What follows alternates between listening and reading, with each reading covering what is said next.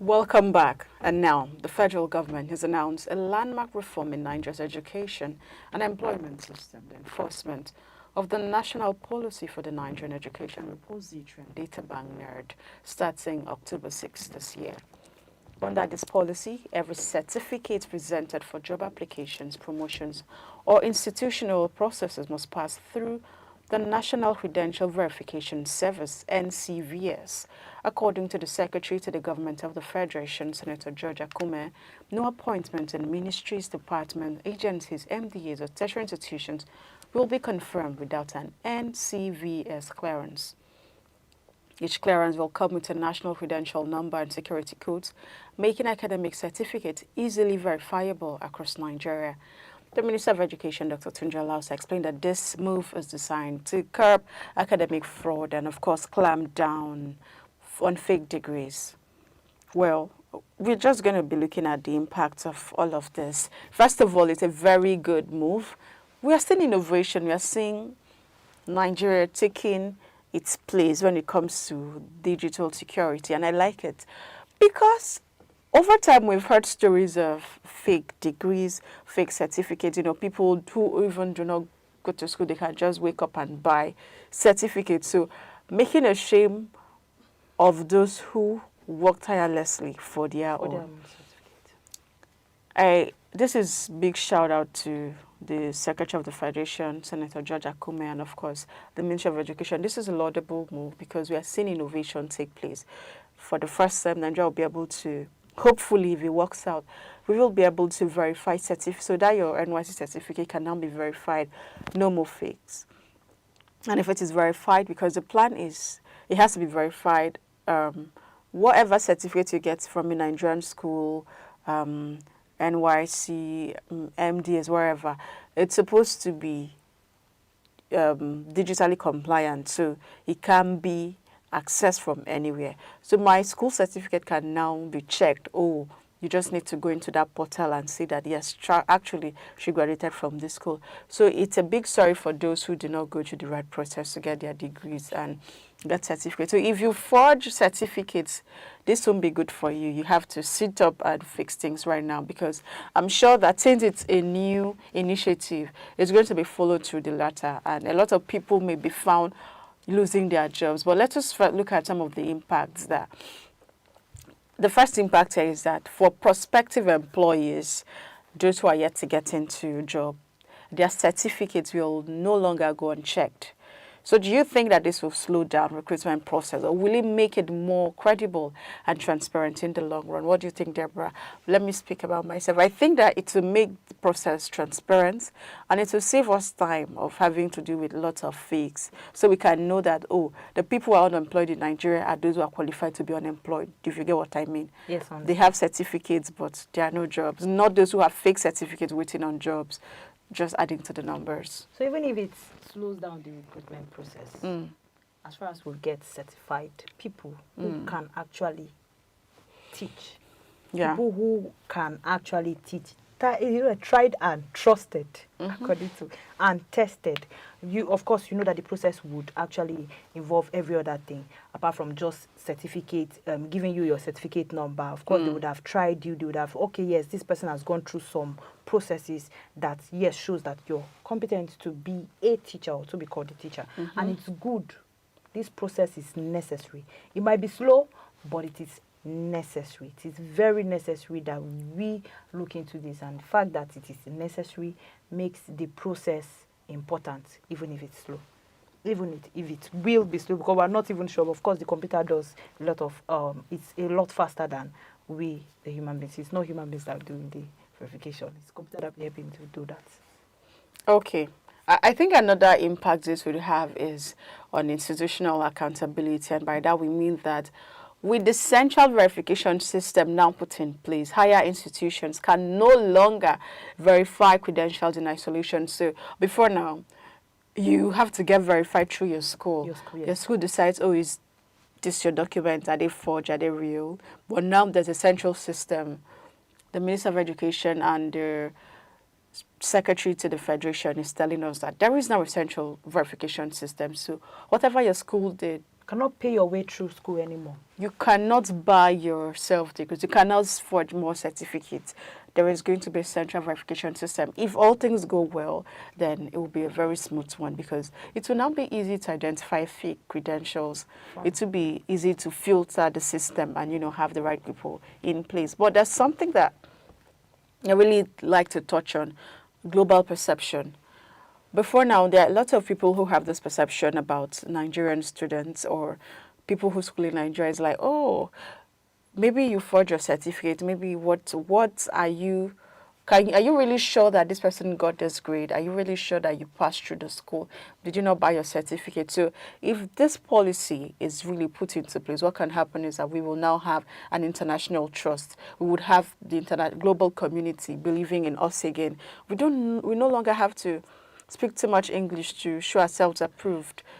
We can now go with, okay, yes, this person can do this. I mean, interestingly, we have some countries where you do not have, your certificate really doesn't matter. It is about what you can do. And I think that's my school of thought. Because I always think that education, or examination rather, is not the true test of knowledge. I've seen people who hulked through school and then they were coming last in class. It didn't mean they were not intelligent people. So if those kind of people got their grades and they are like 30/70, it didn't mean that they were not intelligent. They had to suffer through the time and their grades had to suffer for it. So that's my school of thought, that examination is not the true test of knowledge. But even with those poor results, because some people are very ashamed of those grades, so they have to do something to get something better, forge a good certificate. Or you didn't have a first class degree, or you can get a 2-1, maybe pay 5 million, maybe pay 10 million, and if you can afford it, of course, then you do it. That is not what I think. This should bring that central verification in such a way that all hands will become equal.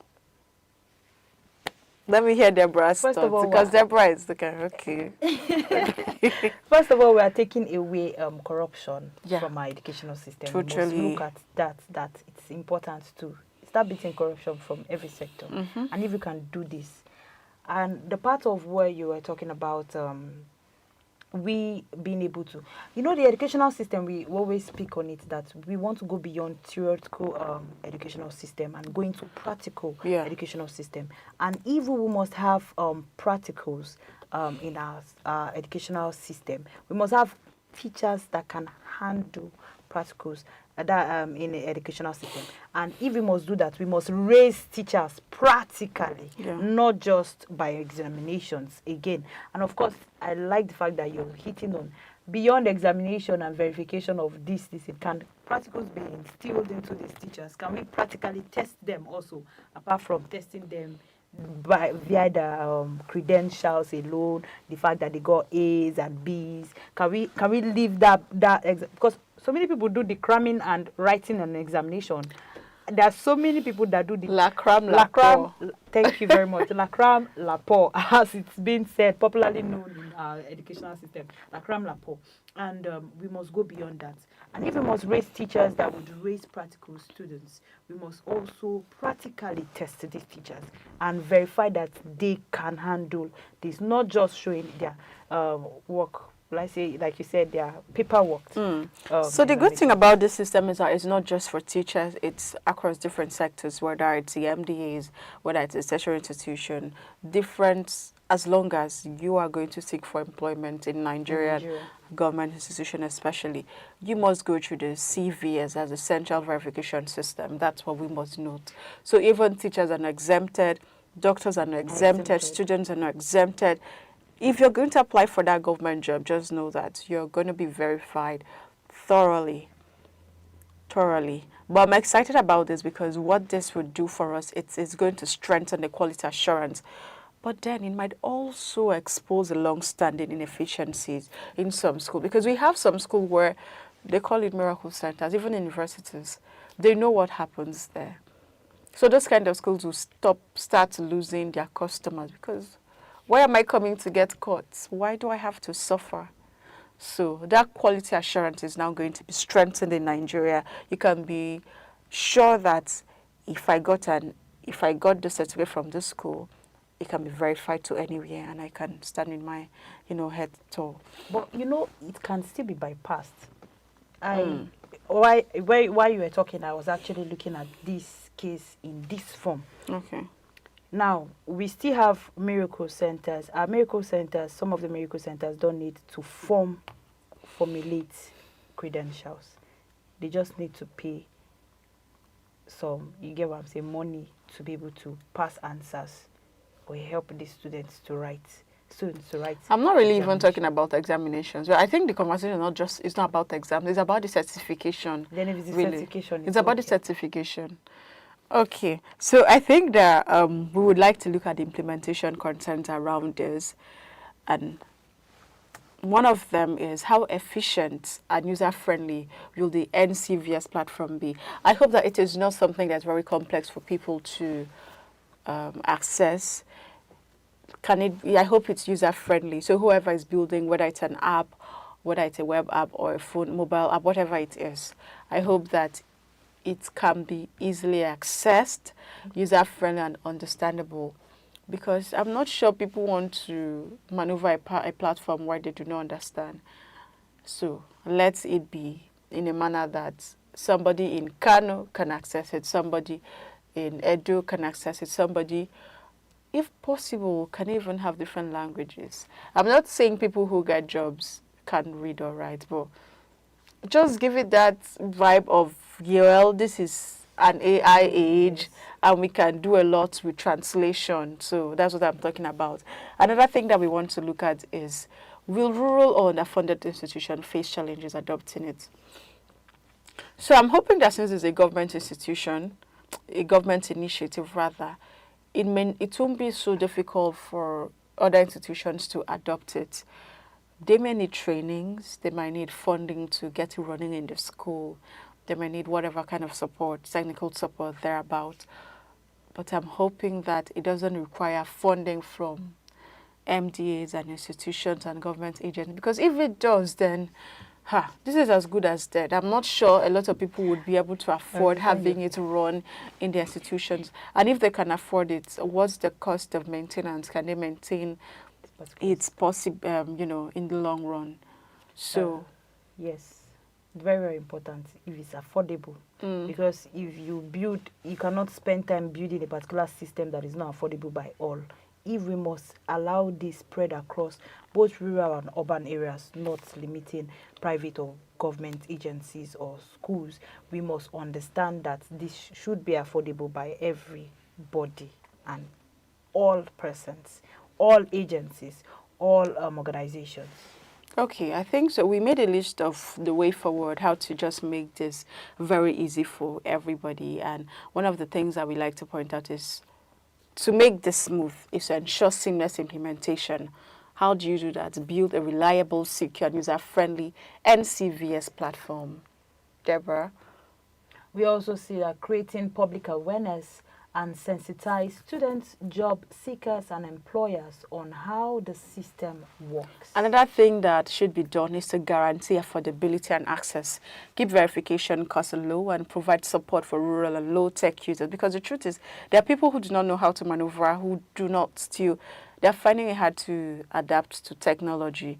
They got jobs in the manual time. So this thing people are saying about verification, how are we going to do it? So if there's not going to be training, then there has to be a drop-down training for them. If there was no plan for that, it has to be included in the rollout. So, and it's also very important, strengthen international collaboration, require school and professional bodies to digitalize and link records. Okay, and finally, establish monitoring and global linkages, track rollout progress. You have to close loopholes and integrate with international verification systems. So there are other systems internationally that exist for verification. And if we do not already have that, we must bring it together, bring it to the fore to ensure that the central verification system for our certifications is ready to roll out smoothly and efficiently. Well, what this means for Nigeria is that we've witnessed many cases of forged and fake certificates. So this is a big call to action. And this is a challenge to us that we must be responsible people. We must be people who can be proud of the things we do. I do not understand how people in high offices operate with forged certificates. You didn't go for NYC, but you have a forged certificate that you did. You didn't graduate from university, you have a forged certificate that you did. Please let us ensure that this is not the case, all right, with this. And I'm looking forward to the rollouts. I can't wait for the launch. I'm sure Deborah is also excited. We at Idea TV wanted innovation, trust us to be at the forefront. But this is the much you can take on this edition of Idea Morning Digest. We'll be on your way. We will be on your screen tomorrow by 9 a.m. For now, get ready for midday news by 12 o'clock. Until we come your way again, stay locked in and logged down to our different social media platforms at Idea Television. I am Chinatu Oji, and I've been hanging with Deborah Jacobs. Bye for now.